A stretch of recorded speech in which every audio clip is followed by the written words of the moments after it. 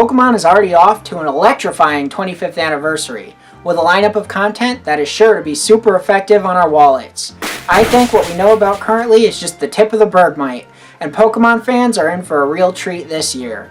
Welcome to the final episode of this year's Janiversary Predictions, where I predict what we may see from some of the anniversaries of the most popular games around. This episode is special because no other series surpasses my love for Pokemon, and at the same time, Pokemon is the highest grossing media franchise in the world. Every 5 years we see anniversary celebrations from Pokemon with new games, merchandise, trading cards, and more. Pokemon has already kicked off the 25th anniversary at last year's Macy's Thanksgiving Day Parade, and recently released a nostalgic video going through each generation of Pokemon, along with details and a release date for new Pokemon Snap.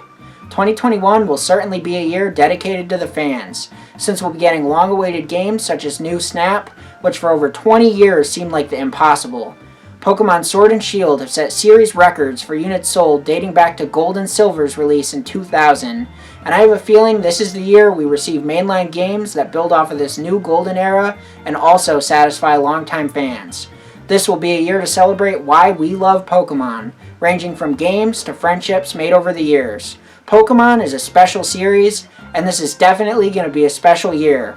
Let's dive into my anniversary predictions. Pokemon recently launched their 25th anniversary website with some new details and a release date for new Pokemon Snap, along with the news that Katy Perry would be teaming up with Pokemon for a new song under the label P25 Music. Interesting. Looking at the few details shared on the 25th anniversary website, though, I think we could determine some important details for this year's release schedule. The website states, each month we'll revisit the many regions of the world of Pokemon. The adventure kicks off in March with the Galar region. And this piece of news could be crucial to understanding this year's release schedule and the scope of the mainline release. An announcement in February followed by a month dedicated to each generation would be 8 months, which ends in October. That means that this grand countdown will hype fans up, leading to a possible November release date, if not in October for Kanto month. Many fans think we'll be receiving a Diamond and Pearl remake this year, which I do agree with, but I want to get wild and ambitious with a new Pokemon game to please longtime fans. What would please longtime fans more than a remake of Diamond and Pearl? A Pokemon game where you could freely explore every generation, but with a catch. The two versions will each contain only half of the past regions, meaning each game will feature 4 generations and a slightly different story. I'm imagining an open order style of non-linear gameplay, similar to Gen 1, where you can choose which region you want to start in and unlock and travel through the other 2 regions at your own pace, leaving one region to explore for the post-game. I've always imagined a perfect Pokemon game where the player can travel through many regions. However, with the scale an HD title would warrant and the amount of regions in the Pokemon world, there would need to be some cutbacks. This is why each game would only cover 4 regions instead of all 8, and at the same time it would ensure level scaling still fits as it would in a standard Pokemon release. Another way I could see the technically inept Game Freak handling a game of this scale would be reverting back to a 2D art style. Since this will just be a never again seen anniversary release, whatever they do this year doesn't have to be replicated again in the future. They could go standard and replicate a DS era release, or they could improve the visuals by making graphics similar to Octopath Traveler, with 2D sprites mapped onto 3D planes and surfaces. An art style mirroring the last 2D releases, black and white, and gorgeous 3D environments with lighting effects would instantly become my favorite Pokemon game. On another note, imagine if Game Freak followed and expanded upon some of the ideas seen in Dragon Quest XI. Dragon Quest XI featured 3D HD modern visuals and 2D classic visuals trying to replicate the retro feel of some of the older titles in the franchise. I want to see Pokemon do this, but allow the player to toggle between graphics that replicate the styles from all 8 generations of Pokemon games. I know this is getting out of hand, but these predictions represent what I would personally love to see, and since Pokemon is the highest grossing franchise in the world, they should start putting some serious money into Game Freak to usher in a new high standard of releases. Whatever we do end up getting, I think it'll tie into this marketing of revisiting a new region each month in some way. Whether that means we'll be getting fan-favorite characters returning in remakes of Diamond and Pearl, or some sort of small-scale representation of each region during gameplay. Without worrying too much about producing large-scale content and tons of HD assets, Game Freak could implement a World Tournament endgame where you have to battle the gym leaders and Elite Four members from each region in succession and in order of appearance. While staying on the topic of this generational celebration, a second prediction I have is if Game Freak released every generation's Pokemon games and collections leading up to the new release.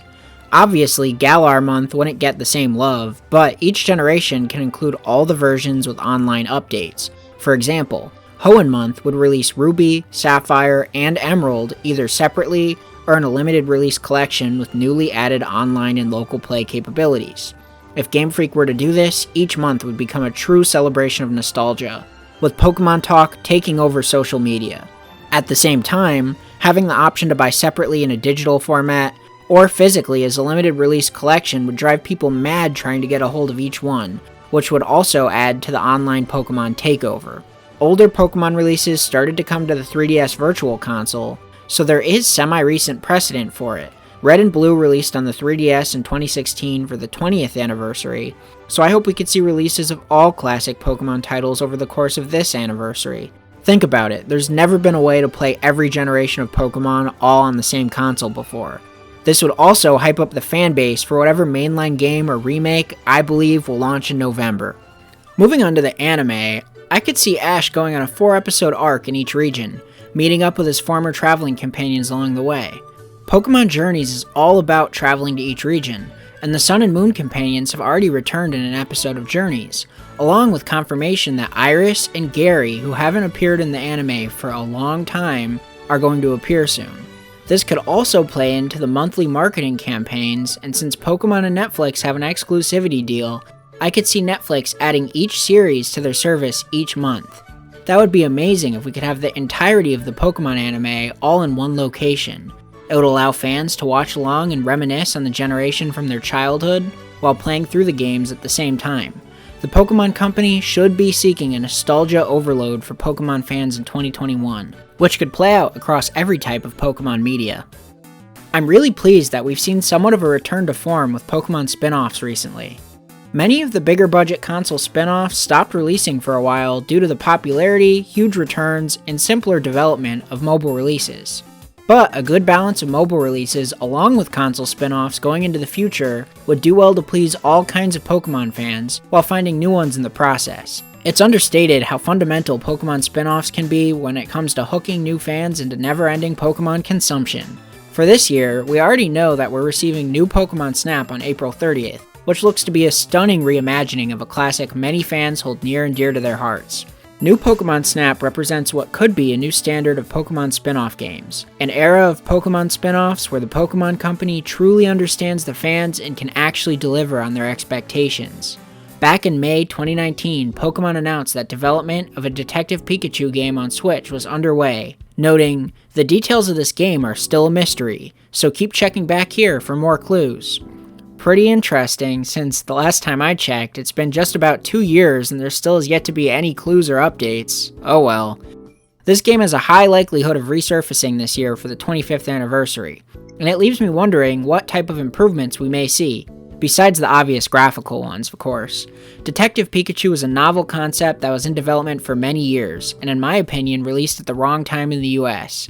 In Japan, it was released episodically, starting in 2016, but it still wasn't released as a full game until 2018 when it was released worldwide. By this point, the Switch was already booming and taking the mindset of most gamers away from the slow death of the 3DS. If Detective Pikachu were released on the Switch, it would have at least doubled the amount of units sold in my eyes, making it more of a success. Before releasing a sequel to Detective Pikachu on the Switch, I would enjoy a port or a simple remaster so players can get acquainted with the original and experience the story for themselves.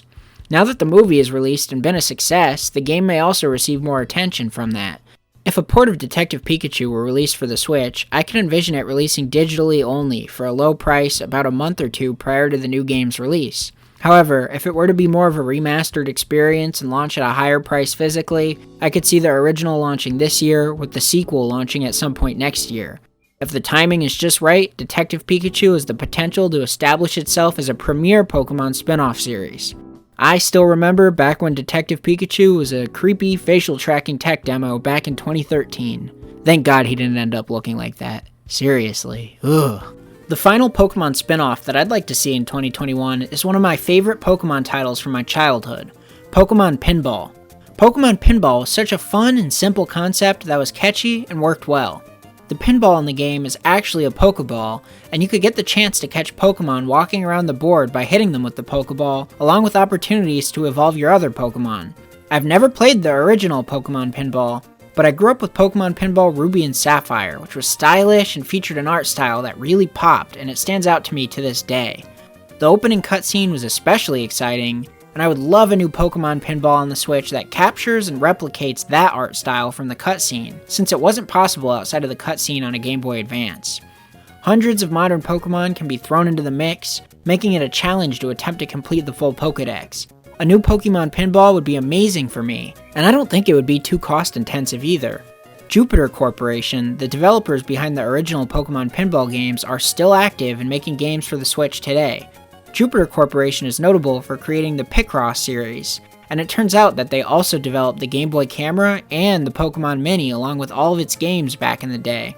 As much as I would want this to be a full console caliber release, I don't have to do too much thinking to realize how well Pokemon Pinball would work as a mobile release. Instead of including all the Pokemon as a random, recurring element like in the original games, Pinball Mobile would feature gacha mechanics and present levels that cost energy to attempt. If Pokemon Pinball became a mobile game and remained semi-decent, I don't think I would complain as long as we get it back.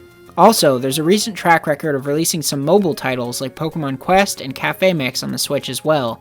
So if Pokemon Pinball was a cross-platform release on both mobile and Switch, I would still be pleased. So many people have yet to experience the thrill of playing Pokemon Pinball, and it fits so well as a concept, so I hope one day it resurfaces and receives the reception it deserves. Before we move on, I feel like I'm forgetting something important here. Something controversial. Oh yeah, Pokemon Unite! That happened. So I'll keep this one short. I think Pokemon Unite will release sometime in the first half of 2021 and will explode with popularity. That initial controversy will die down when fans become enthralled with the game's fan service. That's right, there's been some recent leaks of alternate costumes for Pokemon in the game, and I've seen Pokemon fans online thoroughly enjoying what they saw.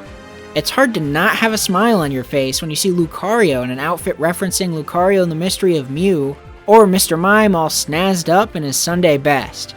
Anyways, I'll give this game a chance when it releases, and I hope there will be a way to unlock cosmetics without spending $20 a pop.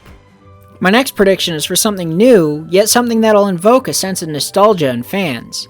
It's time for the Pokemon Company to release a new line of Pokemon devices to make money off of 90s nostalgia.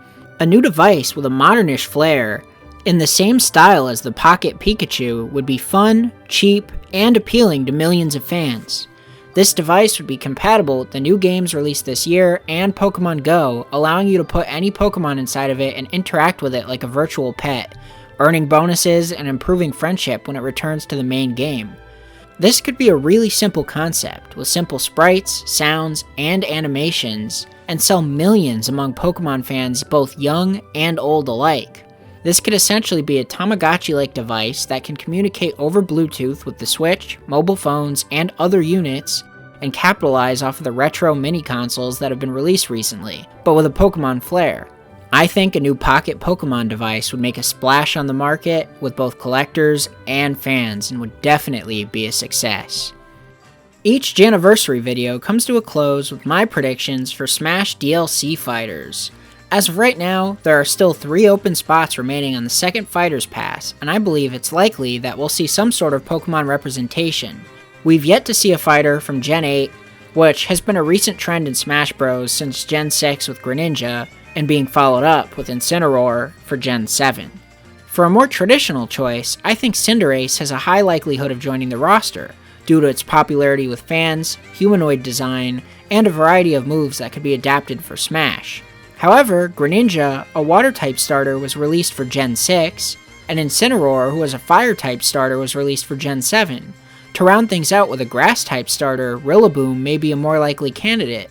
However, oftentimes when Smash fans feel there are rules dictating why certain fighters are chosen to be included in Smash over others, they're completely wrong.